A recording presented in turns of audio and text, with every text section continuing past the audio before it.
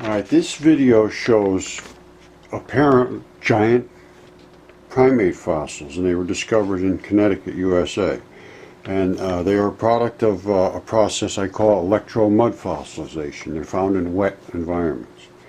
They're mud fossils created by a process that I have detailed in other videos on that are either on now or will shortly be on the website mudfossils.com. Alright, I noticed in most of my fossils that there was these big holes on regular intervals going down, and I'll show you why that is. Alright, if you can see on top of this finger right here, they're the same holes, and they follow right down that synovial sheath, and that's what I believe this is. And I do have a structural specialist that's going to be looking at this, but that, I believe, is the synovial sheathing that lets, you see it here? It covers the tendons. This is another finger. This one's intact, this one's cut back. And these are those supplies. This is the giant fingertip, and I don't know what kind of animal it's from, but it's a huge fingertip. And it doesn't get any cooler than this. I mean, these are tendons underneath. The bone is inside here, and it has this apical tuft inside the bone, and it's exactly, well, not exactly, but it would be fitting right in this area here. And you can see the architecture. Now, this is the ligament. I'm going to remove what I say is the bone. All right, you see underneath here, these are the blood supplies. And this is the waviness of the tendon, or ligament, whatever you want to, whatever this is, and Gil is the guy. Now, this is blood that drained out of here.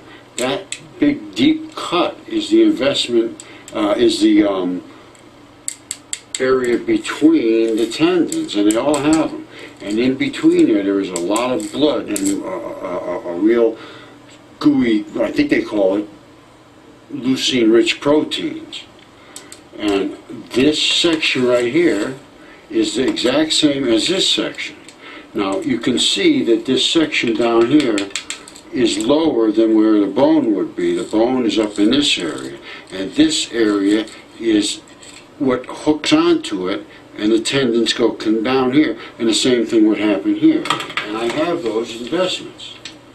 They're like this, these balls, they fit into these crevices, and this is the fibers going this way.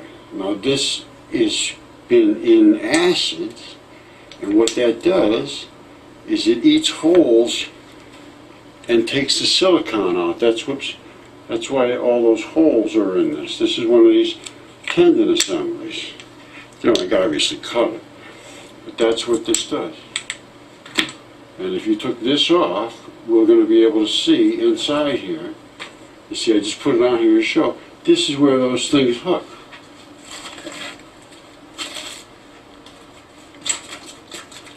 And this is how they hook in. And that's where the fibers go. And they hook in like that. And over there. And there's several of them. They go right down the line. And this side, they're not broken off. They're still intact. They're right under this fleshy surface. And this would continue down. And you can see where this is the investment below. And this, if you can see, it has a wavy pattern, this has a wavy pattern. They follow this exact same wavy pattern. And in here, I can show with the microscope, you can see these are those tendon ball investments. There's the center, and these are the investments on the outside. Same thing here, all these fibers, all these fibers. It's just what it is. Gil is going to have to say what he thinks here, but you know, I'm not saying this is human, but who knows? I have no clue. Anyway, that's one side of the finger, and this is the other side, is deeply gouged, and all the blood blew out this side, so that would be the artery side of the finger. That's why this is not blown out, because it's the vein side. And this side blows out, and blood and everything blows out of here, in between this side, and all this stuff gets disassociated because of the gaseous expulsion of that tissue. and they call it degloving. Now you notice how these are flat, flat, flat surfaces. Those surfaces are flat like that because this is from ultramafic rock. And ultramafic rock means it's deep, deep, deep in the earth, and it just gets flattened and compressed by the earth forces. Now, Gil, if you would look at this here, what I'm saying is this is ligament or tendon. So we can see that it's cut here, so I would say that we're almost dead on the tendon. Now, you can see there's layers here. There's 1, 2, 3, 4, at least 4 layers. And there's a blood supply here. Now those 4 layers, I believe, are the sheath, and then fascia, and I don't know, they have, you know more about that than me, but the tendon is this big chunk. And these things are a couple inches or an inch thicker, so if you can see deep down in that well there, they're quite deep. And inside that well, there's all these little holes going this way and that way. And that is the blood servicing the tendons, is what I believe. And I will show you those holes better at some point. But anyway, they're there. There's no question. They look like the grill of a heater or something. It has little tiny holes. Anyway, it's what it is now.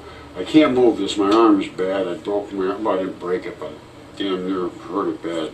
Anyway, this, I believe, is the apical tuft. And this would be the bottom, and of course it is the bottom where it was laying. You see that black stuff? That'll tell you that that's where all the blood ran out and collected here. And the blood, of course, has that ferritin, I believe it is. And it also has carbon and all that business, so it turns black, and ferrous oxides. Now, that's what it is. So, Gil, I need you to take a look at this and see if what I'm saying is making sense to you. Like I said, I have these that tag right in here, and I have many of them. And then I have other ones that were not in acid, like this one right here. And you can see that shiny surface in there. There's no holes in this one. And that's where another one that was on top of here slid back and forth, and I have it around here somewhere. That was round as a cue ball on the end, and I cut it flat. There's another one that goes this way. And then at the end, these are where the fibers are, and here is where they invest. And if you look, this is what they call a rind around here. That is the fascia, is what I believe. Curiosity and whatever it is. Now this gives a pretty good shot of all the different ligaments that is between the two bones. You have ligaments tying all the way around. You've got these extensor tendons that go all the way back to the muscles way back in your arms, and on the underside, and they wrap around and they dig into that little bone. And of course right there is the end of the bone that I'm talking about, and there's your fingernail. Now that little tuberosity tip right there, they don't even talk about it, but that has a zillion holes in it, and it's on both sides. It's not just on the bottom, it's on both sides. And that holds the fingertip in position so that it doesn't rip back and forth. And they do it with these little grabber investors. Alright, this is Mr. Tellinger. And he's from South Africa, I believe, and this footprint is in South Africa. And as you can see, it's very large. And I'm showing you this so that you understand these things are real. And in the video where he explains this footprint, you see him walking up to this thing. It's not a staged footprint. It's not something that somebody put there. It's in solid rock, and it's quite old.